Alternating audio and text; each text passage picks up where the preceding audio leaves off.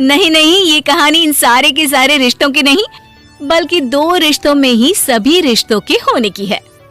अरे बहू, मेरे और तेरे ससुर जी की रोटी मत बनाना, मैं बना लूंगी, दिन तक ठंडी हो जाती है।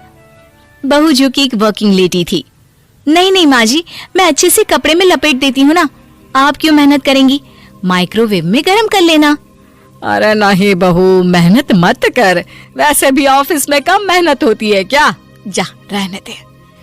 लेकिन बहू मानती नहीं, वो सास ससुर की रोटी बनाकर ही जाती है। दोपहर में खाने के वक्त ससुर जी कहते हैं, अरे बहू को रोटी बनाने के लिए क्यों मना कर दिया, क्या हो गया, ठंडा ही तो खाते आए हम लोग हमेशा से। अरे वो क्या है ना, सुबह ऑफिस जाती है, घर का सारा काम करने में वक्त लग जाता है, अरे थकती है वो अलग, तो मैंने सोचा बहाने से ही थोड़ा कम काम करवाऊं। ससुर मुस्कुरा रहे होते हैं। यह तो अच्छा है, बहू को समझना जरूरी है। वक्त बीत रहा था, घर में सब खुश थे कि एक दिन, माँ जी आप शाम को थोड़ा टहलने निकला करें, घर पर रह रहकर हड्डियां जाम होती है, पापा को भी ले जाया करिए, मैं वक्त पर तो आ जाती हूँ। बहू ठीक 5 बजे ऑफिस से घर आ जाती है, फिर चाय नाश्ता बनाकर सास ससुर के साथ बैठती, उन लोगों को सारा दिन का हाल बताती।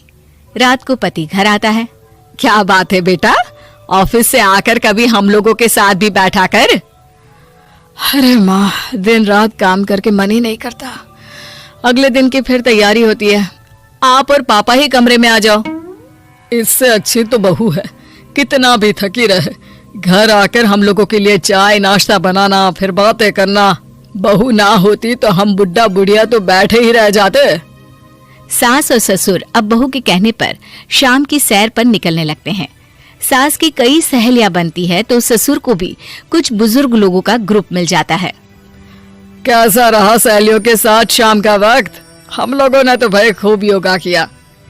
अरे हम लोगों को गप्पों से फुर्सत ही नहीं होती। वैसे मिसेस मल्होत्रा आज बहू के बारे में कुछ बोल रही थी। तभी वहां ऑफिस से बहू आ जाती है जो जींस और टॉप में होती है। क्या बात है माँ, क्या कह रही थी आपकी सहेली आपकी बहू के लिए? सास इस बार बहू को कुछ अलग तरीके से देखती है और उल्टा सवाल ही दाग देती है। क्या कह रही थी वो हटा, ये बता, तेरे ऑफिस में तो मर्द भी काम करते होंगे ना? बहू जो अब तक मजाक कर रही थी वो सीरियस हो जाती है।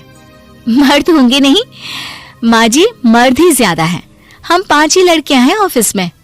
अरे तो अच्छा लगता है क्या ऐसे कपड़े पहनती हो?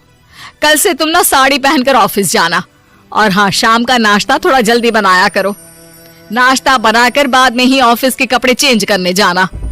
बहू को समझ में नहीं आता कि सास को हो क्या गया है, लेकिन वो कुछ नहीं कहती, सीधे किचन में जाकर चाय नाश्ता बनाती है और सास ससुर को दे देती है। अगले रोज बहू ऑफिस के लिए तैयार होती है तो खूब सुंदर सी साड़ी पहनती है और ऑफिस के लिए निकलने से पहले सास और ससुर के पैर छूती है और निकल जाती है। क्या बात है, आज मेधा के ऑफिस में लग रहा है कोई फंक्शन है। अच्छा, पता नहीं, मुझे तो बताया नहीं, वैसे तो सारी बात करती रहती है। अरे देखा नहीं कैसे साड़ी पहनकर जा रही थी?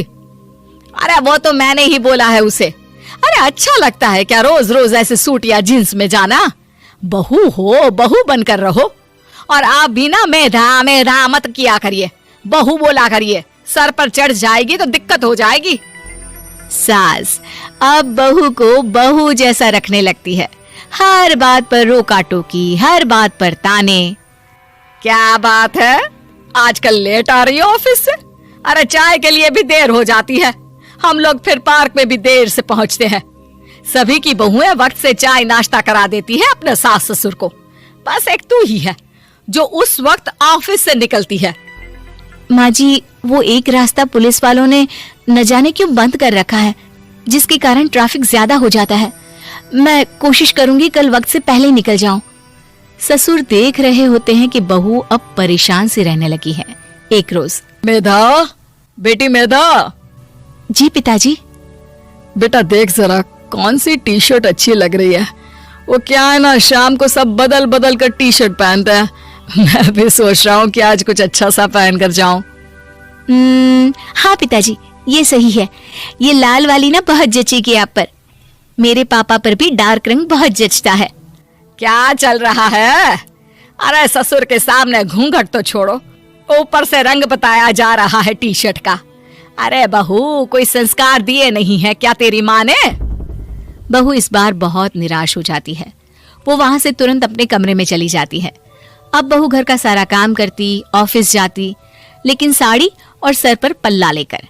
एक बार पड़ोसन उनके घर आती है। वाह सुमित्रा बहन, बहू का तो रूप ही बदल दिया। ठीक किया, बहू बहू जैसी ही अच्छी लगती है। अच्छा चलती हूँ मैं।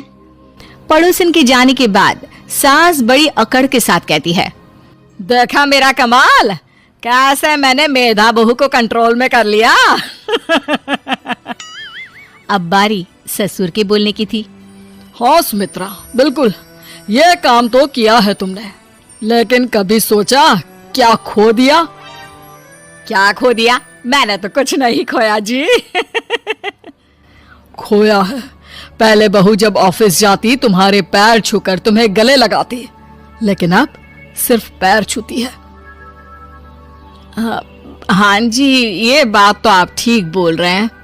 पहले घंटों हम लोगों से बात करती, कमरे में ना जाती, ऑफिस से आते ही खुद की चाय, खाना, नाश्ता सब हम लोगों के साथ करती, सारी बात बताती। लेकिन क्या तुम्हें पता है, बहू की तबीयत खराब चल रही है, वो माँ बनने वाली है। ये बात मुझे बेटे ने बताई कि तुम्हें बता दूं। अब सास की आंख में आंसू थे। वो समझ गई थी कि लोगों के कहने में आकर उसने क्या खो दिया। शाम को बहू घर आती है तो माँ किचन में पकोड़े तल रही होती है। अरे माँ जी, आप रहने दीजिए ना, मैं आ तो रही थी। अरे नहीं, जा तू चेंज कर ले, मैं नाश्ता और चाय टेबल पर ही लगा रही हूँ मेधा।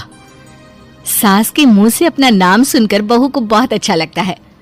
माँ जी, कोई गलती हो गई है क्या? मेरे होते हुए आप काम करे, ये ठीक नहीं है। संस्कारी और समझदार बहू सास को माँ समझती है, लेकिन सास की बेवकूफी उसे सास ही बनाकर रखती है। बहू, मुझे भी थोड़े संस्कार और समझदार बनने का मौका दे, जिससे मैं भी बहू नहीं बेटी को देखूं तुझ में।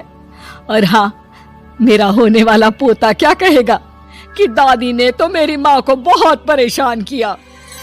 बहू सास को गले लगा लेती है। नहीं माँ जी, वो कहेगा कि माँ को तो दादी ने बेटी बनाकर रखा है।